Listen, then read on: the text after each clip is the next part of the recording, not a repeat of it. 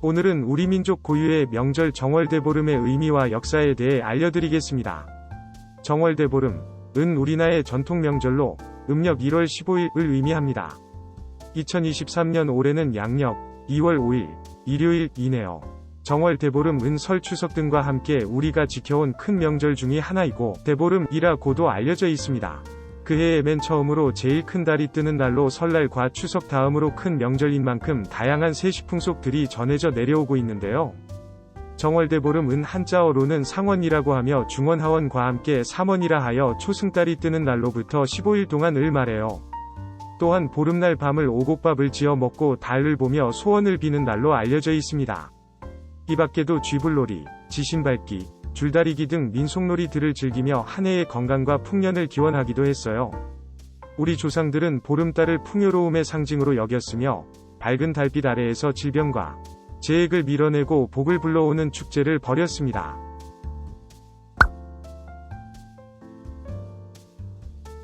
정월 대보름날을 명절로 맞았다는 기록은 삼국시대부터 보입니다. 삼국유사 사금갑 내용을 보면 신라시대 위 임금 소지와 이 천천정에 행차하기 위해 궁을 나섰는데 갑자기 까마귀와 쥐로 인해 안 좋은 일이 발생하여 그 뒤로는 정월대보름을 오기일라 해서 찰밥을 준비해 까마귀에게 제사를 지내는 풍속이 생겼다고 해요. 사금갑 사건 이후로 매년 정월 첫 돼지, 쥐, 말의 날에는 모든 일을 삼가며 동작을 함부로 하지 않았다고 삼국유사에 기록되어 있습니다. 이 이야기는 약밥의 유래에 대하여 말하는 동시에 대보름 명절이 삼국시대에 있었다는 것을 알 수 있게 합니다.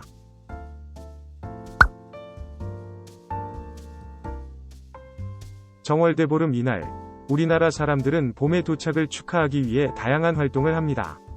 또한 정신적인 의미도 가지고 있어요. 사람들은 조상들의 무덤을 방문하여 경의를 표하고 음식과 음료를 바치며 많은 사람들은 또한 새해의 소원을 빌고 건강과 행운을 빌기 위해 지역 사찰을 방문합니다. 전반적으로 정월대보름은 한국에서 매우 중요한 전통 명절이고 모든 연령대의 사람들에 의해 큰 열정과 기쁨으로 기념되고 있습니다. 그것은 한국의 풍부한 문화유산에 대해 더 많이 배우고 한국의 독특한 관습과 전통을 경험할 수 있는 좋은 기회로 보고 있죠.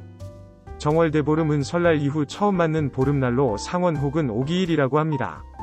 조상들은 설날보다 더 성대하게 지냈던 명절로 보통 그 전날인 14일부터 행하는 여러가지 풍속들이 있어요.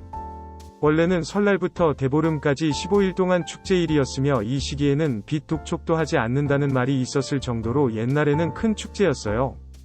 이보다 좀 더 옛날에는 정월대보름 이튿날을 실질적인 한 해의 시작으로 여기지 않았을까 하는 설도 있습니다.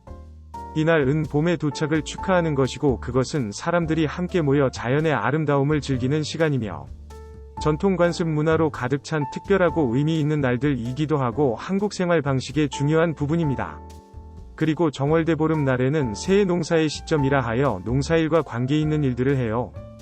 선조들은 대보름 명절에 새해의 행운과 풍년이 들기를 바라는 소박한 염원을 반영한 여러가지 흥미있는 위례적인 행사를 했는데요. 큰 민속 명절을 맞아 이날에 받은 흥취는 아름다운 추억으로 사람들의 회상 속에 오래 남아 새해 농사일에서 힘을 내도록 고무해 주었는데 이것은 한국의 전통 문화의 한 부분이고 조상들을 기리고 기억하는 의미를 두고 있습니다.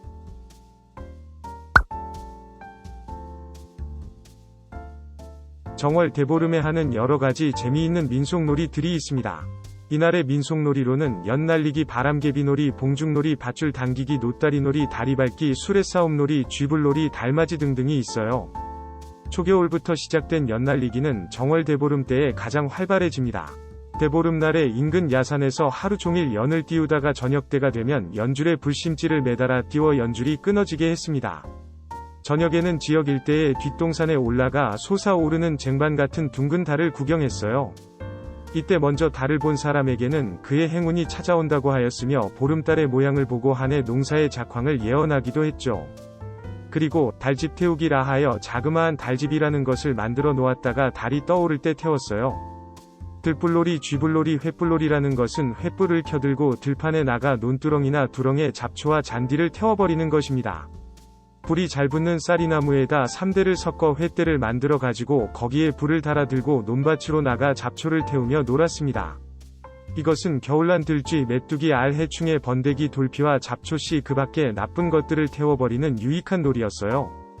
이때 태워버린 잡초의 재는 논밭에 거름이 되었고 새풀은 잘 돋아나 농작물을 보호하는 데 도움이 되었습니다. 달맞이도 빼놓을 수 없죠. 달이 떠오르면 그 마을의 가장 큰 다리로 나가 다리 위를 왔다 갔다 건너다니며 달 구경을 했어요. 12다리를 건너든지 한 달이라도 12번을 건너든지 하면 그 해에는 다리병이 생기지 않고 튼튼해진다고 하여 모두 다리를 밟으며 건너 다녔다고 해요. 가장 인기 있는 활동 중 하나는 큰 모닥불을 피우는 것인데 모닥불은 악령을 쫓고 다가오는 해에 행운을 가져다 준다고 믿고 있기 때문이에요. 이 모닥불들은 보통 언덕 꼭대기나 탁 트인 들판에 불을 붙이며 꽤 클 수 있으며 때로는 높이가 10m에 이를 수도 있어요. 사람들은 모닥불 주위에 모여 노래하고 춤추고 새해를 기원합니다. 모닥불 외에도 강가술래, 씨름과 같은 전통놀이도 즐겨요. 강가술래는 여성들이 추는 한국의 전통춤으로 고려시대에서 유래되었다고 하는데요.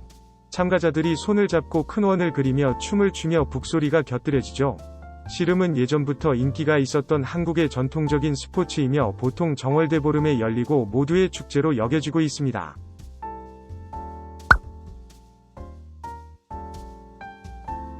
옛날 정월대보름 전날 밤에는 아이들이 집집마다 밥을 얻으러 다녔다고 합니다. 또한 이날 잠을 자면 눈썹이 하얗게 샌다고 믿었기 때문에 잠을 참으며 날을 새고, 잠을 참지 못하고 자는 아이들은 어른들이 몰래 눈썹에 쌀가루나 밀가루를 발라 놀려준다고 해요. 그리고 아침이 되면 귀발기 술 마시기를 시작하며 새벽에 용물뜨기를 하거나 첫 우물을 떠서 거기에 찰밥을 띄우는 복물뜨기를 했습니다. 이날 개에게 먹이를 주면 여름철에 개에게 파리가 많이 꼬일 뿐만 아니라 개가 메마른 다고 여겨서 정월대보름에는 하루 굶기는 풍습이 있었습니다. 여기에서 즐거워야 할 명절이나 잔칫날을 즐기지 못하는 사람을 가리켜 개보름 쇠듯이라는 속담이 생겼어요. 또한 가족들이 모여 맛있는 음식을 차려놓고 나누어 먹으며 즐겁게 지냈는데요. 정월대보름날의 독특한 명절 음식으로는 오곡밥과 약밥, 복삼, 나물, 반찬, 국수, 귀발기술 등이 있죠. 오곡밥 먹기는 오랜 옛날부터 전해오는 풍습입니다. 세종실록 찌리지에는 오곡은 기장피 콩보리 벼라고 쓰여 있어요. 물론 오곡은 지방에 따라 다를 수 있으며 벼 대신 조 또는 밀콩 대신 녹두를 꼽기도 합니다. 모두가 좋아하는 약밥은 정월대보름에 해먹는 특색 있고 영양가 높은 음식으로 약식이라고도 하는데 찰밥에 약이 된다고 하는 꿀이 들어감으로써 붙여진 이름이에요. 약밥은 찰밥에 대추에 살간편 삶은 밤잣을 넣어 비빈 다음 꿀, 참기름, 간장 등을 섞은 것을 약밥이라고 합니다. 또 다른 명절 음식의 하나로 복삼이 있어요. 복삼은 배춧잎이나 김으로 밥을 싸서 먹습니다. 반찬으로는 주로 묵은 나물을 먹었는데요. 묵은 나물이란 박나물, 버섯 등을 말린 것과 콩나물, 무순 무 같은 것을 말려 저장하여 둔 것을 말하고 이런 묵은 나물은 물에 불렸다가 데쳐서 무쳐 먹었습니다. 마지막으로 국수는 작은 정월대보름날 점심에 별식으로 먹었는데 국수처럼 오래오래 살 것을 염원한 데서 명길이 국수라고 불러요. 요즘은 많이들 모르시겠지만은 불엄깨기, 부스럼깨기라는 풍습도 있어요. 이날 첫 새벽에 날밤 호두, 은행잣, 무 같은 것을 깨물면 한 해 동안 부스럼이 나지 않으며 이도 튼튼해진다고 합니다. 정월대보름에 먹는 음식들은 다가오는 해에 행운을 가져온다고 믿고 있고 명절을 기념하는 맛있고 건강한 방법입니다. 오늘날의 음식과 비교하면 전통사회에서는 겨울철에 구할 수 있는 음식거리를 모두 동원하여 잘 먹고 노는 날이 정월대보름이었어요. 견과류와 오곡밥, 온갖 묵나물도 입맛을 돋구는 좋은 음식이며 정월대보름에 온갖 음식을 해서 많이 먹는 것은 곧이어 다가올 농사철에 대비하여 영양을 보충하자는 뜻도 있습니다.